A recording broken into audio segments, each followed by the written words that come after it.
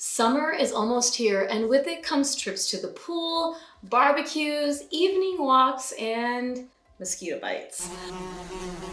Depending on where you live, it may feel like there's only a week or two to enjoy the warmer weather outside before the mosquitoes come in to swarm. And a bunch of itchy bites can sour a beautiful evening spent outside. Today we'll discuss ways to prevent insect bites, mosquito bites in particular, for your kiddo and safe ways to treat them if they happen.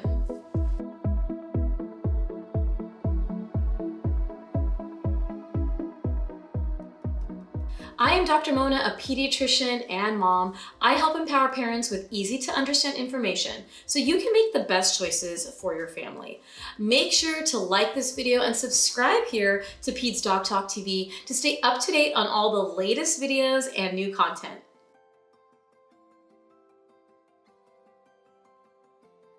Almost all of us have likely had a mosquito bite at some point, some more than others. About 20% of people are especially irresistible to mosquitoes and get bitten more often than the rest of the population.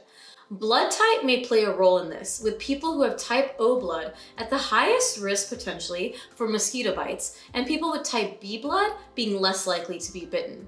Mosquitoes are attracted to carbon dioxide, so the harder and faster you breathe, for example going for a run, the more likely you are to be bitten. This is also why so many bug bites happen around your head and neck as you breathe out carbon dioxide with each breath. Finally, we all have bacteria that live on our skin, and the types and amounts of certain bacteria and pheromones help to determine our attractiveness to mosquitoes. I personally am a mosquito magnet, whereas my husband and my son could be with me in the same area and not get bit. Also, even for those who do get bit by mosquitoes, some may have small reactions, whereas others may have larger local reactions.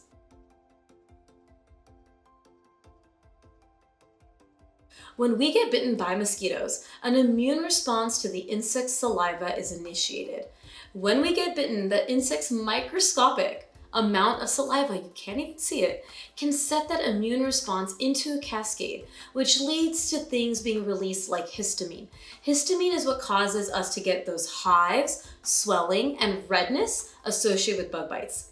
With this immune response, immune cells come to the area to fight this foreign substance, also known as the insect saliva, to protect us.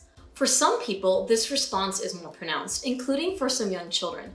Also, the more we scratch a bite, the more itchy it becomes, causing a itch-scratch cycle. The bite itches, you scratch it, the body sends more immune cells to the area, including histamine, to fight the itch, and you keep on scratching, repeating the cycle.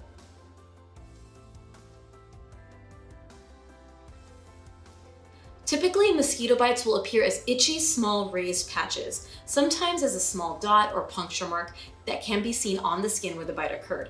Children tend to be more sensitive to the saliva of mosquitoes and can have a more significant local reaction, with a larger area of redness and swelling associated. I see these local reactions more so on the face, the temples, the cheeks, which can worry many parents. These are not allergic reactions, but rather a common local reaction. The term allergic reaction makes it seem like there will be difficulty breathing or lip swelling, which doesn't occur with mosquito bites. It can occur with things like bee stings, but local reactions can happen. Oftentimes, the first sign of a bite can present as a hive, which is the immune system responding to the saliva of the insect. This hive can then progress to the more classic bump we see in bug bites.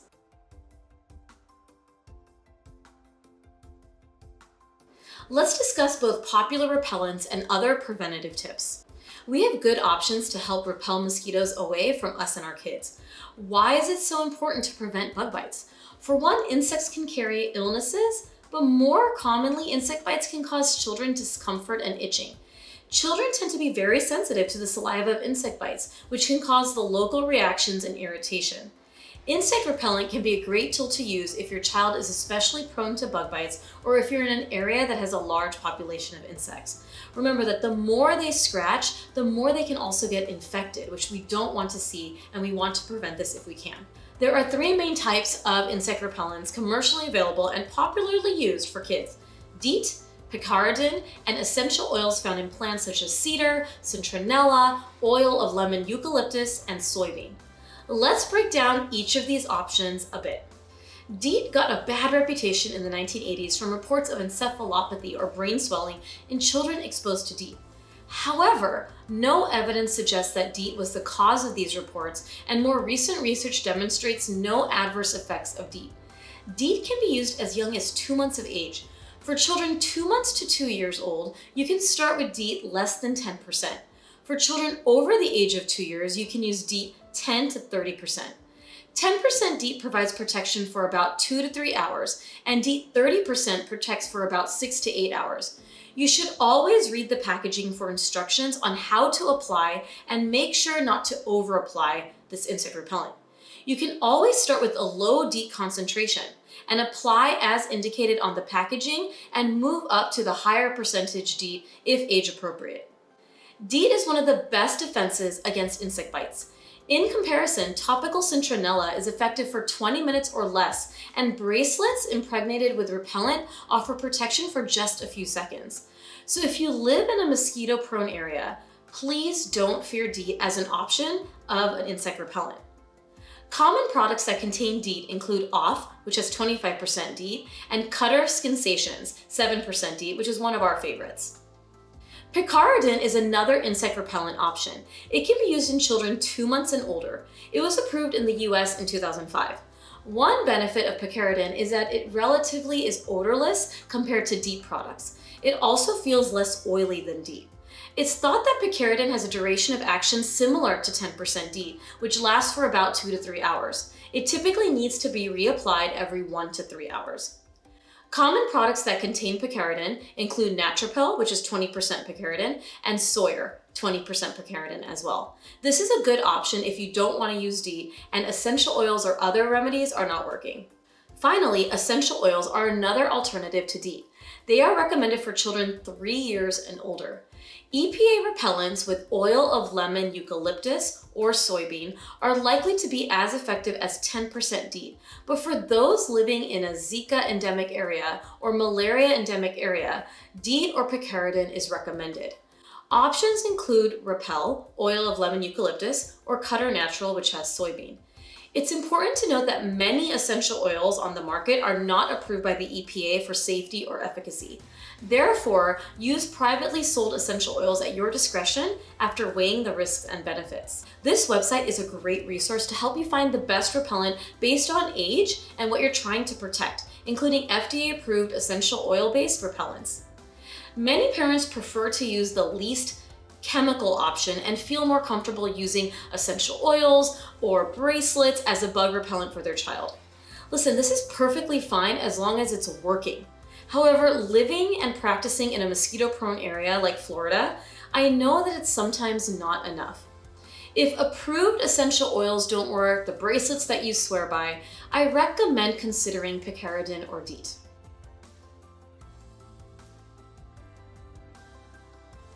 Regardless of which type of insect repellent you use, there are some general safety tips to follow. First, read the label and reapply according to the packaging. Test the product first on a small area of the child's skin before applying it everywhere to make sure that there's not a local reaction to this new skin product. Apply insect repellent to the outside of the child's clothing and exposed skin as well. For younger children, it's best to apply the repellent for them to make sure it's done appropriately. Do not use repellent in children under 2 months of age, and do not spray insect repellent directly onto a face. Instead, rub it into your hands and then rub onto the face, being careful to avoid the eyes. Avoid spraying repellent over wounds or cuts because it will burn. I recommend avoiding products that contain a combination of sunscreen and insect repellent in one. Sunscreen needs to be applied at least every 2 hours, and using these combo products may lead to the overuse of DEET or underuse of sunscreen. If you need to apply sunscreen and then insect repellent at the same time, apply sunscreen first and then the insect repellent to follow, and reapply as indicated on the packaging. And finally, make sure to keep the insect repellent out of reach of children to prevent misuse or ingestion of the repellent.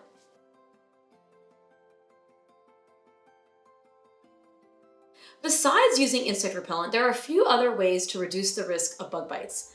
Mosquitoes tend to be most active during dusk, dawn, and nighttime. So avoid going out during these periods if you're able to, especially if you or your child are mosquito magnets. If you are going out during peak periods, which I do, I live in Florida and I love evening walks, you will want to make sure that you are dressed appropriately. Wear long pants, a lightweight long sleeve shirt if you can, socks, and shoes. Avoid dressing your child in bright colors, flowery prints, because these can attract insects. Avoid scented soaps, perfumes, or hairsprays on your child or yourself, because these too can attract insects. Finally, try to avoid stagnant water. Mosquitoes love to congregate and breed there, so make sure you get your property treated for this.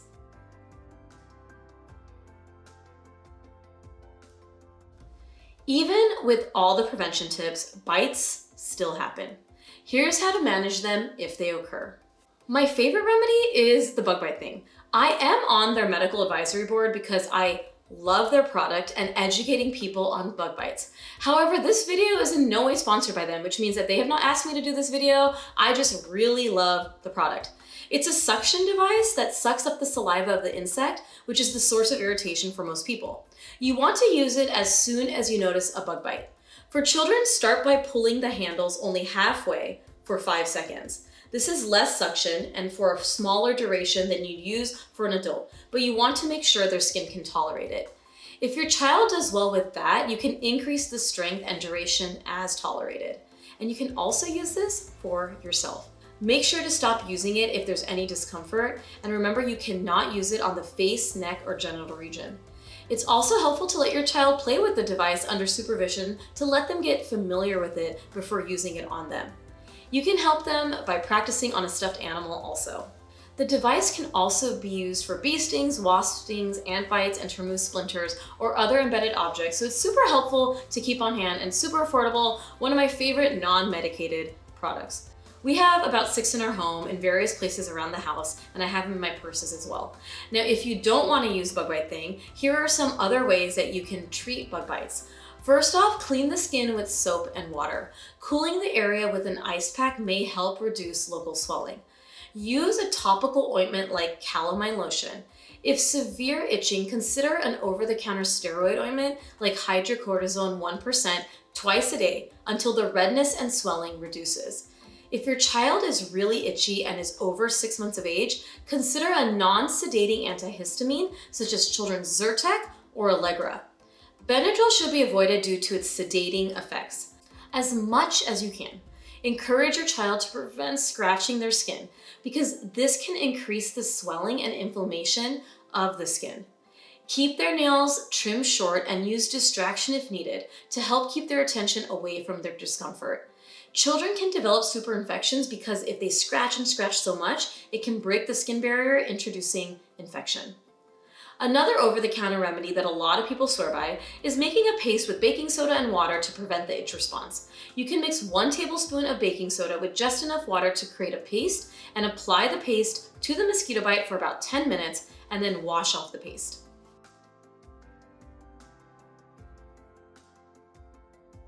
I see a lot of mosquito bites on kids that don't need any special treatment. This is likely due to the fact that the swelling and local reaction can be pretty significant. Remember the remedies mentioned already. The worst itching phase is usually the first 24 to 48 hours. If the swelling and redness continue to spread after 24 to 48 hours, I'd recommend seeing your clinician for further evaluation. Or if the insect bite is causing severe pain for the child. Rarely, bug bites can cause an infection of the skin requiring antibiotics. This typically presents with a red, warm patch of skin that is tender. You may notice a pustule develop or see pus ooze from the skin, which is yellowish greenish fluid. A red streak extending outward from the bite may also be noted, and children may feel ill or spike a fever. I'd also recommend seeing a clinician if your child is experiencing significant discomfort, has significant swelling that is interfering with their ability to move an extremity, if your child has a bug bite on their face and cannot open their eye, if your child is acting ill, has an associated fever, or if you think the rash looks atypical. It's always good to see your clinician if you're unsure about the diagnosis to make sure your child is being managed appropriately. I hope this video helped you decide which insect repellent is the best for you and your child and gave you strategies to manage those pesky mosquito bites at home. Do you have any tricks for bug bite treatment? Have you tried any of the remedies I mentioned? Please leave questions or comments below. If you found this information helpful, please like and share this video and make sure to subscribe to be the first to know about new videos published. I'll see you all next time for another video here on PedsDocTalk TV. Enjoy the warm weather and stay well.